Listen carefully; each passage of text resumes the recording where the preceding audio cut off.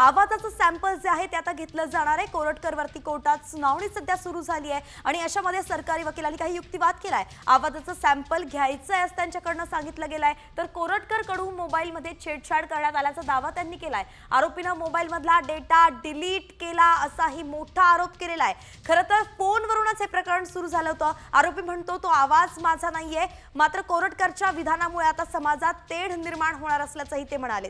कोरटकरची विधानं अतिशय गंभीर असल्याचं सरकारी वकिलांनी म्हटलंय।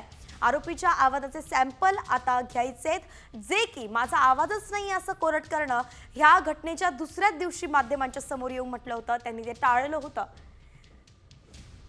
तर समाजात तेढ निर्माण करणारं आरोपीचं विधान आहे असं युक्तिवाद सरकारी वकिलांनी सध्या न्यायालयात केलाय। मोबाईल जमा करण्यासाठी सांगून सुद्धा मोबाईल जमा केला नाही असाही आरोप आहे। कोरटकरनं मोबाईलमध्ये छेडछाड करण्याचा प्रयत्न केला असाही दावा त्यांनी केलाय। गुन्हा दाखल झाल्यापासून आरोपी फरारच आहे।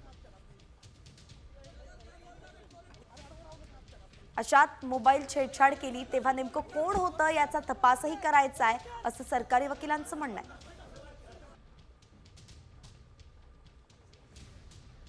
तर हे सगळे महत्त्वाचे मुद्दे आपण पाहिलं तर अनेक महत्त्वाचे मुद्दे या ठिकाणी उपस्थित केले जात आहेत। सुनावणी या ठिकाणी पार पडताना दिसतेय आणि कोरटकर संदर्भात नेमकं कुणी कुणी त्याला मदत केली हेही या ठिकाणी बोललं जात आहे। पुन्हा एकदा अक्षय तुमच्याकडे मी येतेय। अक्षय, आपण पाहतोय की सुनावणी सध्या सुरू झालेली आहे। 7 दिवसांची पोलीस कोठडीपेक्षा जास्त सुनावणी, जास्त कोठडी देण्यात येण्याची मागणी असीम सरोदेंनी केलेली आहे। नेमकं याला आता कोर्टाकडून काय प्रतिसाद मिळताना दिसतोय?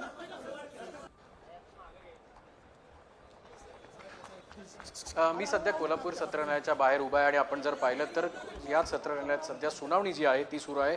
असीम सरोदे यांनी अनेक महत्त्वाचे मुद्दे जे आहेत ते त्यांच्या बाजूने ठेवलेले आहेत, ज्यामध्ये कोरटकरांच्या आवाजाचा नमुना घ्यायचा आहे, कोर्टाला तशी ऑर्डर करावी लागेल, 7 दिवसांची कोठडी पोलीस कोठडी मिळावी असा देखील युक्तिवाद जो आहे तो असीम सरोदे यांच्याकडनं करण्यात आलेला आहे। याचबरोबर जो मोबाईलचा डेटा आहे त्यानंतर छत्रपती शिवाजी महाराज यांच्या संबंधात केलेलं जे अपमानजनक वक्तव्य आहे याचा तपास जो आहे, असे वेगवेगळे मुद्दे धरून असीम सरोदे यांनी खरं तर न्यायालयात युक्तिवाद केलेला आहे। आता कोरटकर यांचे वकील जे VC द्वारे हजर झालेले आहेत त्यांच्याकडनं युक्तिवादाला सुरुवात होईल। दोन्ही बाजूचा युक्तिवाद ऐकल्यानंतर न्यायालय काय निकाल देतं हे पाहण्याचं महत्त्वाचं ठरेल। पण तत्पूर्वी असीम सरोदेंचे जे मुद्दे आहेत ते देखील अतिशय महत्त्वाचे असल्याचं जे युक्तिवाद आहे तो देखील आपल्याला याच न्यायालयातनं पाहायला मिळतोय।